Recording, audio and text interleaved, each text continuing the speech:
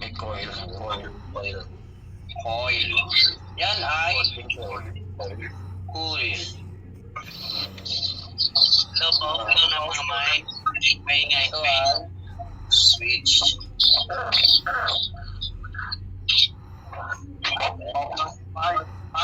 EDL, paki-off yung mic.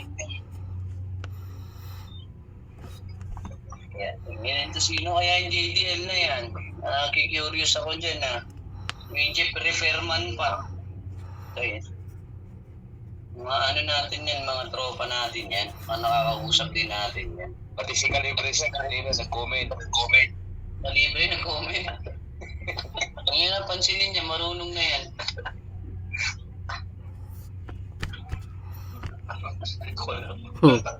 Kulang eh. Sila kayo na lang yung kulang. Ayun sila kayo nakausap ko nakaraan. Contact ko yung nakaraan. Ngayon, itong pong coil na to, kung ang iyong relay ay 5 volts, nag-work siya sa 5 volts.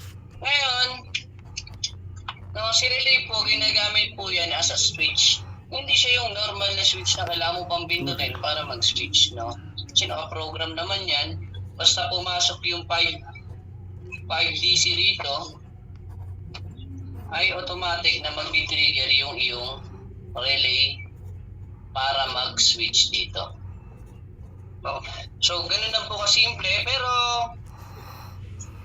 bigyan ko kayo ng isang tip lang pagdating sa relay. No? Sa relay po kasi, madalas po natin yan naririnig kapag sinaksak mo ng board, bumibitik. Tik, gumaganon yan. Tama po ba mga sir? Hindi.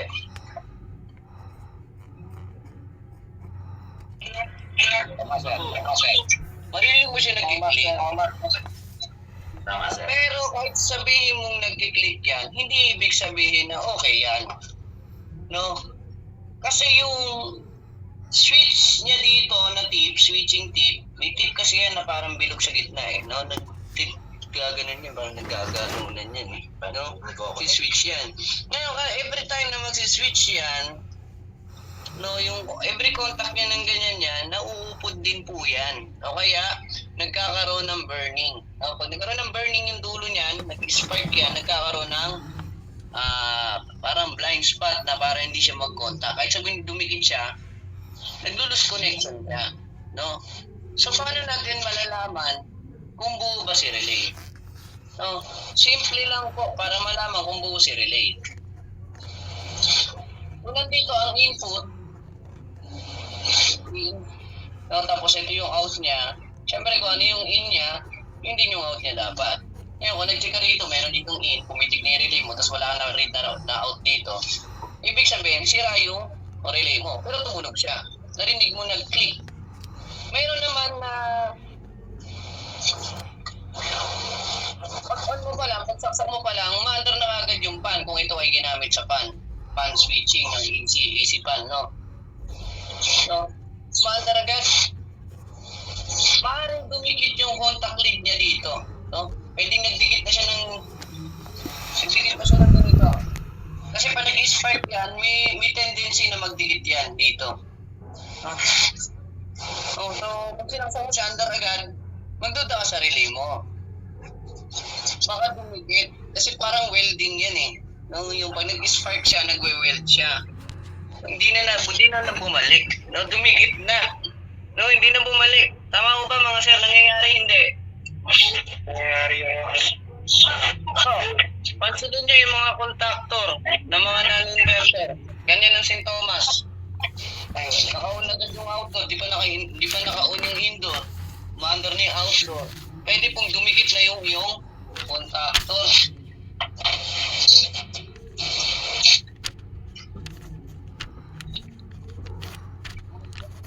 Okay po. So, ginagamit po ang relay para sa AC, no? Pwede rin sa DC, pwede rin sa AC. Pero sa inverter po, madalas ginagamit IGBT. Hindi po gumagamit ng relay pagdating sa DC to DC. Ginagamit na po IGBT. Papasukin din natin yung IGBT na yan. Fast switching po ang tawag kay IGBT pagdating sa PCB board ng inverter. hindi siya ginamit as amplifier IC, no? Kasi pwede kasi si IGBT kasi ginagamit din yan sa amplifier, no? So, pwede mo rin siyang gamitin na fast switching na zero spark dito. Hindi nag-i-spark yun. No, yan yung tinatawag na solid state. No, so ito yung standard na relay. Ano naman si solid state relay? May solid state pa, mga sir, na relay. No, hindi siya yung katulad na pangkaraniwang relay lang. Okay? No, so papakita ko sa inyo yung itsura ng solid state relay. Ginagamit po yan. Ginagamit din yan sa communication ng Samsung. No, ginagamit din po yan sa DC fan, indoor, outdoor. Basta DC, ginagamit din po yan. Kung yan ay 5 wires na fan na DC. No, so ganun po ka-importante talaga ito. Makinig po tayong maigit para wala pong masayang. Solid state relay. Ay, kung si Nelson nakalibre libre session yun Nandito ka pa.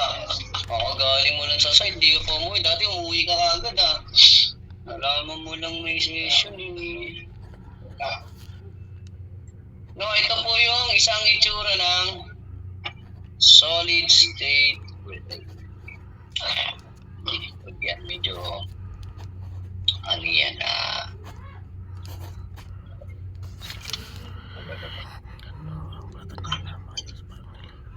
si solid state relay po, no, ganun, halos ganun lang din po siya kay relay na yung coil niya ay DC. No? Then yung kanyang switching ay ginagamit din sa DC. Kung mapapansin ninyo, itong schematic diagram na ito,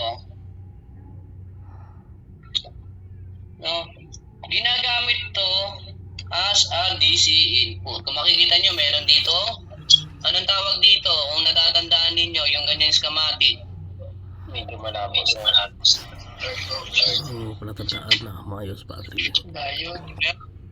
baka sa internet. Nandito sa nang Normally close, but open. hindi siya.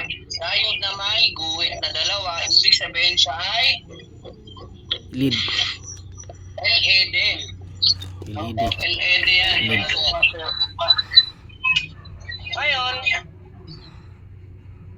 kapag umilaw yung LED, magpo-project yan dito kay triac.